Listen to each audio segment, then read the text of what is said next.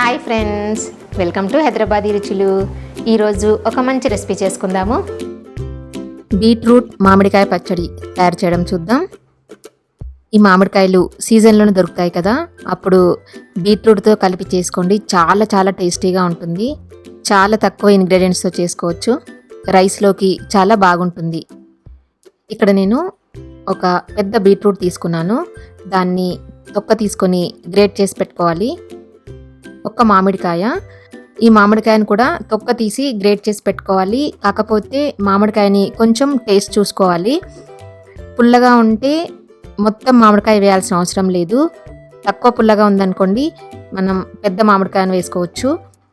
ఈ మామిడికాయను కూడా తొక్క తీసి గ్రేట్ చేసుకొని ఒక ప్లేట్లో వేసుకోవాలి.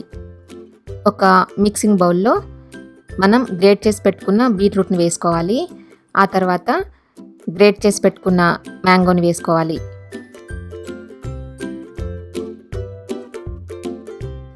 బాగా కలుపుకొని దీంట్లో 2 టీ స్పూన్స్ సాల్ట్ వేసుకోవాలి.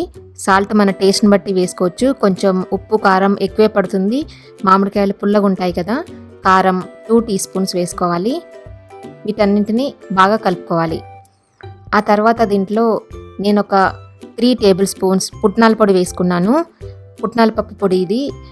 అంటే మామూలు పుట్నాలని మిక్సీలో వేసుకొని పొడి చేసుకొని వేసుకోవడమే. ఇది ఆప్షనల్, ఇష్టం ఉంటేనే వేసుకోవచ్చు. కాకపోతే వేసుకుంటే మనం అన్నంలో కలుపుకుంటే కొంచెం గ్రేవీ లాగా బాగుంటుంది. మీ దగ్గర పుట్నాల పొడి లేదనుకోండి, శనగపిండిని కొంచెం వేయించుకొని వేసుకోవాలి. టేస్ట్ చూసుకుంటూ కలుపుకోండి. ఉప్పు కానీ కారం కానీ కావాలంటే యాడ్ చేసుకోవచ్చు. ఇప్పుడు దీంట్లో పోపు వేసుకుందాము. ప్యాన్లో 2 టేబుల్ స్పూన్స్ ఆయిల్ వేసుకొని వేడి చేసుకోవాలి. దాంట్లో 1 టీ స్పూన్ శనగపప్పు, 1 టీ స్పూన్ మినపప్పు వేసుకోవాలి. ఈ పప్పులు కొంచెం కలర్ మారుతున్నప్పుడు 1/2 టీ స్పూన్ ఆవాలు, 1/2 టీ స్పూన్ జీలకర్ర వేసుకొని కలుపుకోవాలి. జీలకర్ర చిటపటలాడిన తర్వాత 2-3 ఎండుమిర్చిని ముక్కలా కట్ చేసుకొని వేసుకోవాలి. ఎండుమిర్చి వేగిన తర్వాత కరివేపాకు వేసుకొని కలుపుకోవాలి. ఆ తర్వాత 1/2 టీ స్పూన్ అల్లం వెల్లుల్లి పేస్ట్ వేసుకోవాలి. మంచి ఫ్లేవర్ వస్తుంది పచ్చడికి. 1 నిమిషం వేగిన తర్వాత స్టవ్ ఆఫ్ చేసుకోవాలి. ఈ పోపుని ఇందాక మనం కలిపెట్టుకున్న మామిడికాయ బీట్రూట్ తురుములో వేసుకుని కలుపుకోవాలి. చాలా బాగుంటుంది. ఫ్రిడ్జ్లో పెట్టాల్సిన పని లేకుండా 4 to 5 డేస్ వరకు కూడా తినచ్చు. మీరు కూడా ట్రై చేసి చెప్తారు కదా. ఈ వీడియో మీకు నచ్చినట్టయితే కింద లైక్ బటన్ కనిపిస్తుంది కదా, ప్రెస్ చేసి ఫ్రెండ్స్ అందరికీ షేర్ చేయండి. సజెషన్స్ ఏమన్నా చెప్పాలనుకుంటే కింద కామెంట్ సెక్షన్లో కామెంట్ పెట్టండి.